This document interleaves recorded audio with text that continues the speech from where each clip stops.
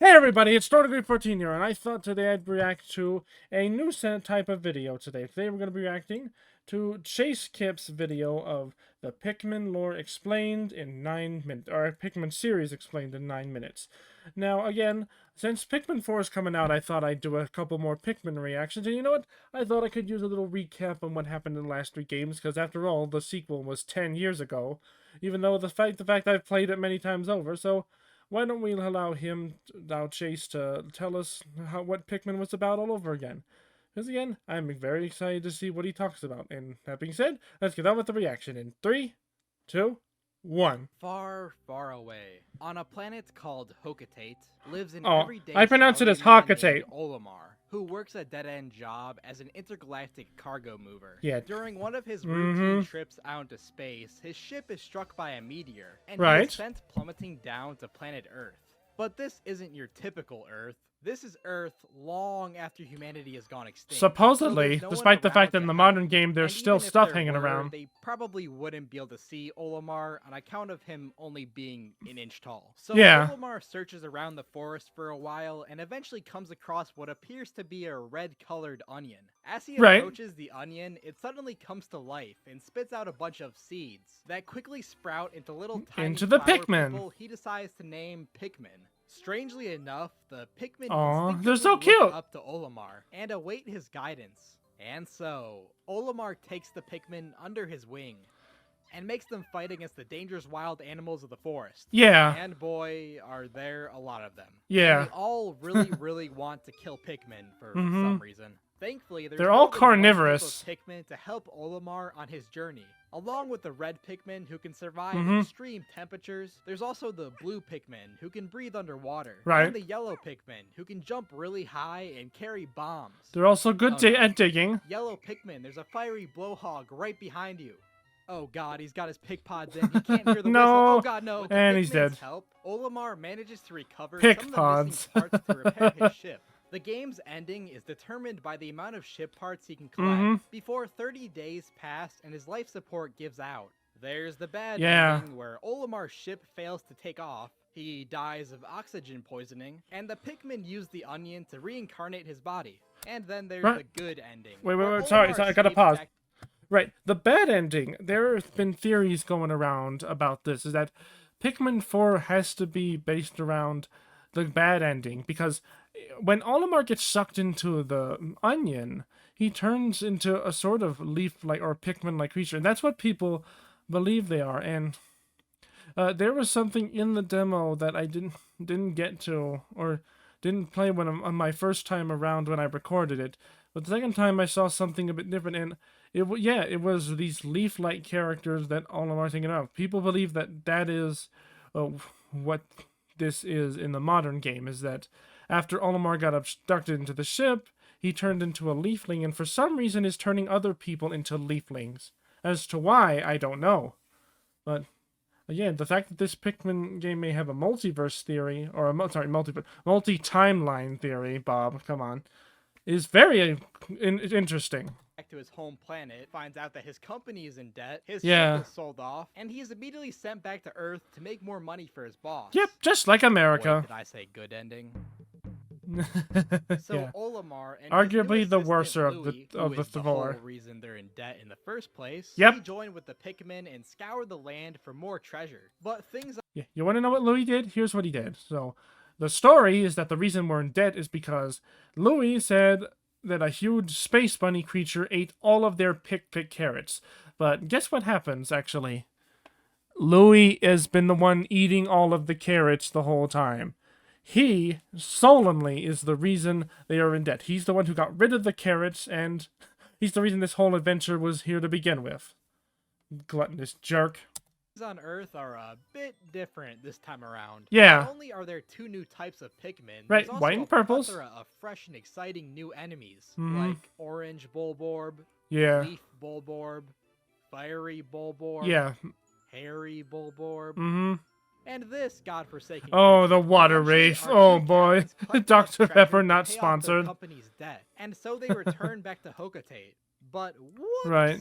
Olimar forgot Louis back Yeah, on how do Earth. you forget In order to Louis? avoid a potential lawsuit, the president decides to accompany Olimar back to Earth and Right. help search for Louis. The two Right. manage to weasel their President way down a Churchill! long and dangerous cave system, where at the bottom they find Louis perched atop a giant mechanical spider. But no, Right, the he's Titan not Dweevil. in danger. He is the danger. Supposedly. Somehow, Louis descended through the hardest dungeon in the game Yeah. all by himself. Freaking jablocked Yeah, from without Bullborn any into Pikmin. oblivion, and hacked into the brain of the game's final boss, which Supposedly. he then commands to attack his former co-workers. Mhm. Unfortunately for him, Louis underestimated Pikmin power, and his spider gets destroyed.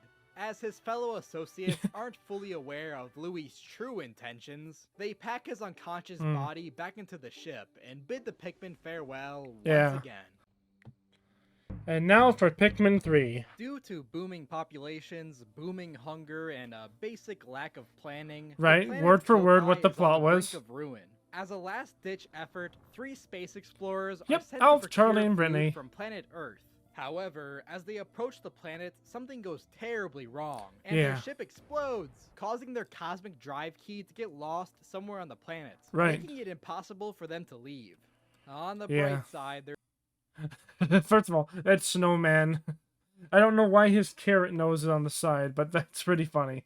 Oh, it's supposed to be ears, I think. But, you know, one thing they talk about in this series, is it a weird coincidence that all of the ships seem to crash land almost every time when they enter this planet? Weird, right? Well, there's a theory on that. I don't know if he's going to talk about it, but I might talk about it a bit later. So...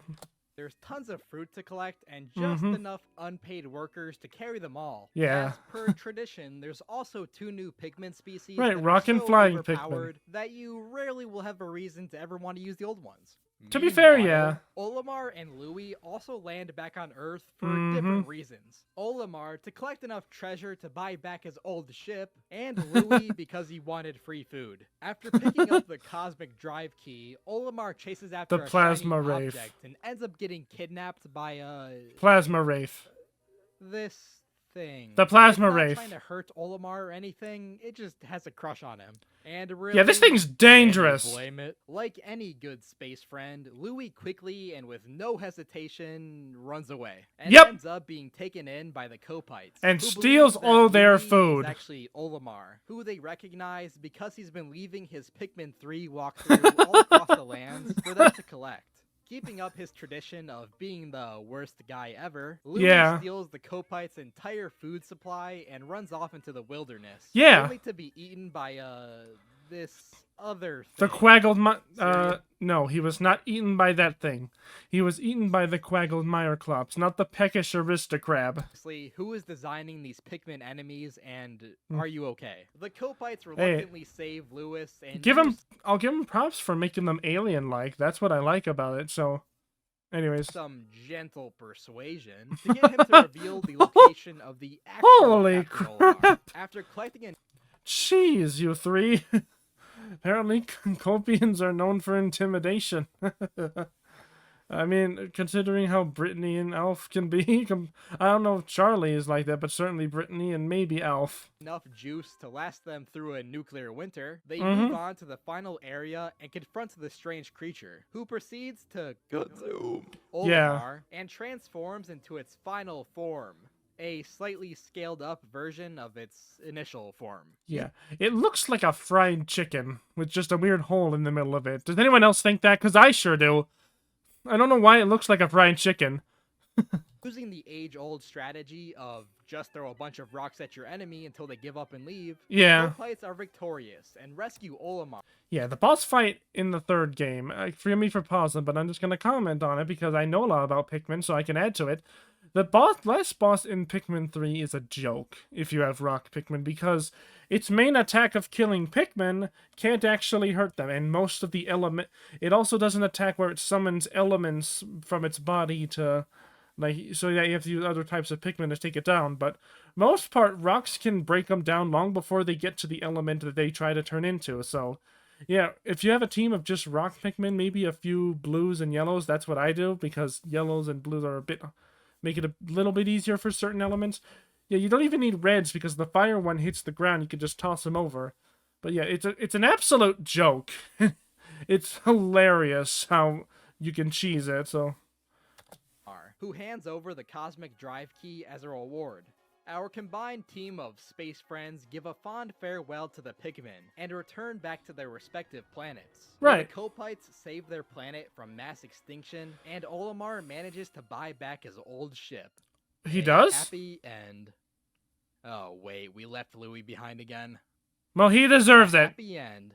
But wait, a few questions still remain unanswered. Sure. What was the Plasm Wraith? Why did it want Olimar's space booty so bad? And how does it all lead to a potential final confrontation in Pikmin? Oh, yeah, this video was made 2 years ago, but the fact that we finally got this confirmed, and we're also getting, again, a bunch of new stuff in it. 4. Well, put on your tinfoil hats, because we're about to jump into some conspiracy theories. Ooh, I want to hear them. Let's analyze what we do know about this sparkling menace. Mm-hmm. It has a strange fondness for Olimar, and it bears a striking resemblance to the Gulix and the Water Wraith, two bosses from the previous games. A popular theory in the Pikmin fandom, and yes, we have a fandom, is that these three are actually the same creature, who has been following Olimar since the very first game. But wait, shouldn't it be dead since we defeated it in the first 2 games? No, it's As immortal. explained by the ship in Pikmin 2, this monster's true form actually lies in another dimension, meaning that destroying its physical form on Earth does nothing but slow it down. In Pikmin 3, not only is it shown to have survived once again, it's also visibly angry at the Copites for taking its precious Olimar away. If that's not enough fuel for your angsty Pikmin fanfics, the best ending to Pikmin 3 leaves with an unnerving question. Yeah, perhaps it wasn't an accident. Randomly explode when it was entering Earth's atmosphere. The answer may lie in the Japanese version of Pikmin 2.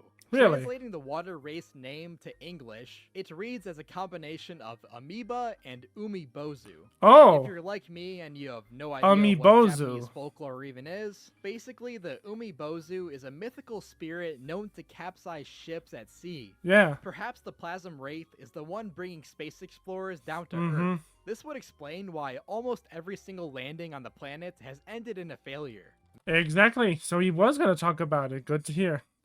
Yeah, so I'll let him explain the rest, but I'll say what I think about it afterwards. Maybe it just wants some friends to play with and is trying to destroy their ships so that they won't be able to leave. Or maybe there's another unexplained reason we have yet to uncover. Is the Plasm Wraith pulling the strings behind the entire Pikmin series? Or am I looking too far into a game about tiny elf creatures with little leaves on their heads? Only time will tell as the story continues in Pikmin 4. Okay, so he just about ended it. Also, don't mention Hey Pikmin to me. That game doesn't exist. What game? I don't know what you're talking about. Alright, so yeah, he did talk about the theory of the umibozu, which I honestly think is a very interesting theory on it. Because, like, the umibozu, the story, if I remember correctly, is that it does capsize its ships, and then it claims the captain as its prize, essentially, for destroying the ship. It likes to take the captain of the ship, which is why it's after Captain Olimar, because he's a captain of the SS Dolphin. And he also is the captain of the other quotes. But it also could explain why potentially Charlie was kidnapped for a bit. But why it wasn't kidnapped by the Plasm Wraith, because it already had a captain and was already too focused on Captain Olimar.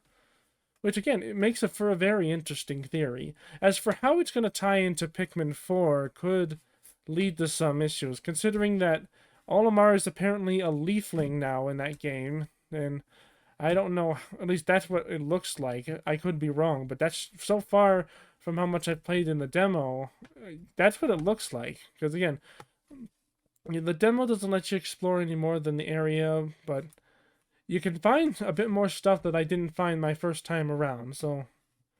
And again, I wasn't on to record. I expected I found everything, and I just replayed it just for fun, and I found new stuff, so sorry about that. But overall, the theory of the umibozu, how the Plasma Wraith, the, oh my gosh, the Gulix and the Water Wraith are all forms of the umibozus taken within each game is very interesting. And they have bound to have some sort of creature, either called a Wraith or an amoeboid creature that certainly has similar properties where it's physical to... Oh my gosh. Its physical form is anchored in another dimension so that it cannot be hurt or it cannot be killed. That is what I was trying to say. But yeah, that was a pretty good summation of all three Pikmin games. Pikmin is one of my favorite game series to play as, and I remember all of them very well. So I'm glad to be recapped on some new things. I did not know that Captain Olimar rebought the SS Dolphin afterwards, meaning that maybe it could tie into other theories about where it takes place in Pikmin 4. But with that being said, I hope you guys liked the reaction. I sure liked this video. Make sure to support Chase with his video. Again, this video's 2 years old, but still support him. He does a lot of good stuff now. I just did this because I thought it was Pikmin related. Plus, it was recommended to me by somebody. And with that being said, I hope you guys liked it, and I'll see you guys next time. Bye!